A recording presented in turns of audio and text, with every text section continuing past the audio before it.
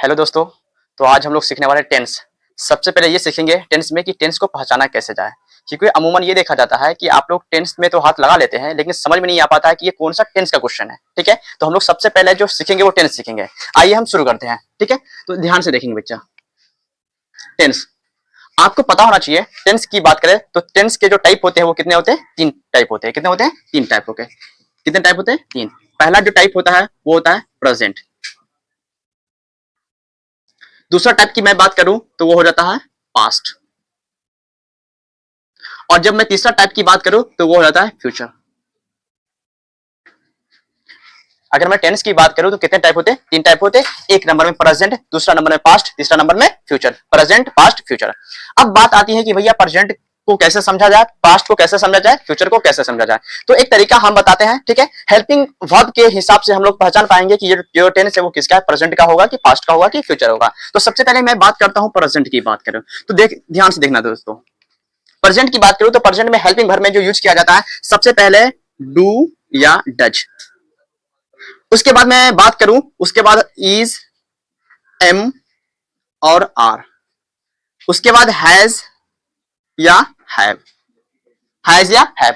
अगर मैं प्रेजेंट की बात करूं तो अगर कोई भी टेंस के हेल्पिंग वर्ब में डू रहे, डज रहे, इज रहे, एम रहे, आर रहे, हैज रहे, हैव रहे, इसमें से कोई भी आपको एक मिल जाए तो आप कह देंगे कि ये जो टेंस होगा वो किसका होगा? प्रेजेंट का होगा। अब बारी है पास्ट की, तो ध्यान से देखेंगे।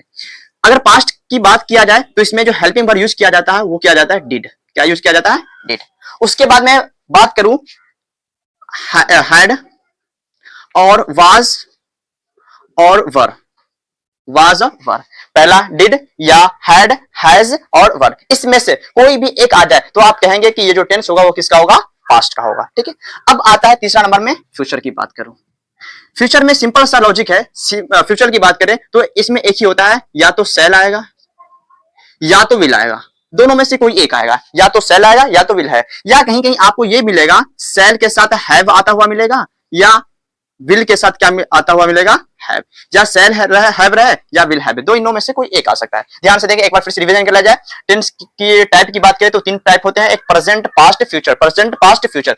अगर प्रेजेंट की बात करें तो हेल्पिंग वर्ब में डू आना चाहिए, डज आना चाहिए, इज आना चाहिए, एम आना चाहिए, आर आना चाहिए, हैज आना चाहिए, हैव। इसमें से कोई एक आ जाएगा तो हम कह देंगे कि ये जो टेंस होगा किसका होगा? प्रेजेंट का होगा। पास्ट की बात करें तो वही डिड आना चाहिए, हैड आना चाहिए, वाज आना चाहिए, वेर आना चाहिए, वर आना चाहिए। फ्यूचर की बात करें तो शैल आना चाहिए, विल आना चाहिए, शैल हैव आना चाहिए, विल हैव। इसमें से कोई एक आएगा तो आप लोग आराम से क्या बोल सकते हैं, इसको टेंस को पहचान सकते हैं। ठीक है, अब मैं ध्यान से देखना। अब इसके भी प्रकार कितने होते हैं? प्रकार की बात करें तो चार है। इसकी पास्ट के कितने होते हैं? चार होते हैं। और फ्यूचर की कितने होते हैं? चार होते हैं। तो आपको यहां लिख के बता दो। सबसे पहली बात करें इंडेफिनिट की।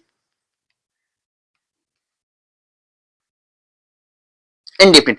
दूसरा मैं बात करूं कॉन्टिन्यूअस। कॉन्टिन्यूअस। तीसरा मैं बात करूं परफेक्ट। चौथा मैं बात करूं परफेक्ट कॉन्टिन्यूअस।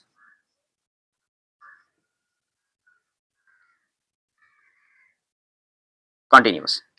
तो ध्यान से देखेंगे कि आपने तो प्रेजेंट, पास्ट, फ्यूचर को देख लिया। अब हम सोचेंगे कि अगर प्रेजेंट इंडेफिनिट कब होगा, कॉन्टिन्यूअस कब होगा, परफेक्ट कब होगा, परफेक्ट कॉन्टिन्यूअस कब होगा। सिंपल सा लॉजिक है। आपने तो वर्ब की फॉर्म पढ़े होंगे। कितने फॉर्म होते हैं? पांच फॉर्म होते हैं। अगर कोई भी टेंस में पहला फॉर्म दिखे या वर्ब का पांचवा फॉर्म दिखे तो ये जो टेंस होगा, चाहे वो प्रेजेंट की इज एम आर रहेगा तो प्रेजेंट इंडिफिनिट हो जाएगा। क्या बोलते हैं, हैड या वाज वर रहे तो वो हो जाएगा क्या बोलते हैं, पास्ट इंडिफिनिट। या सेल विल और क्या बोलते हैं सेल के साथ रहे तो वर्ब का पहला पांचवा फॉर्म रहे तो ये क्या हो जाएगा, क्या बोलते हैं, फ्यूचर इंडिफिनिट। ठीक है, उसी तरह अगर मैं कंटिन्यूअस की बात करूं, ये हमेशा वर्ब का चौथा रूप लेके आता है। इसको दुलार से बोलते हैं आईएनजी फॉर्म।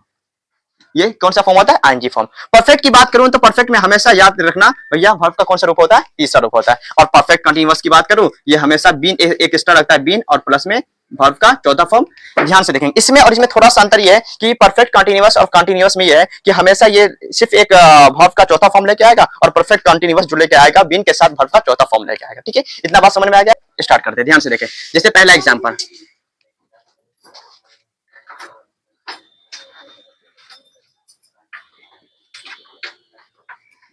पहला एग्जांपल आपके पास ये है कि I had been playing.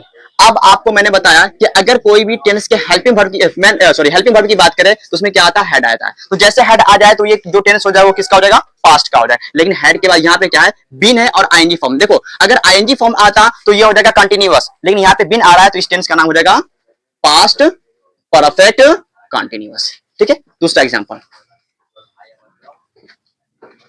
I shell play. देखिए ये सवाल आ गया, तो अब ये कौन सा टेंस होगा, तो सिंपल सी बात है, यहाँ पे आई हो गया और यहाँ पे सेल है, तो सिंपल सी बात है, अगर सेल आ जाएगा तो ये टेंस हो जाएगा फ्यूचर का। कौन हो जाएगा, फ्यूचर का। लेकिन ये वर्ब का पहला रूप है तो ये कौन सा टेंस हो जाएगा, फ्यूचर इंडेफिनिट, फ्यूचर इंडेफिनिट। तीसरा एग्जांपल, आई हैव प्लेड। चलिए यहां से देखिए, यहाँ पे क्या है, हैव है, तो हैव किस में यूज किया जाता है, तो हैव यूज किया जाता है प्रेजेंट में, और ये वर्ब का कौन सा रूप है, तीसरा रूप है। तो इस टेंस का नाम होगा प्रेजेंट, और तीसरा जो यूज किया जाता है वर्ब का तीसरा रूप वो किया जाता है परफेक्ट में, इस टेंस का नाम हो जाएगा प्रेजेंट परफेक्ट। ठीक है, आशा करते हैं आप लोग को समझ में आया है। ठीक है।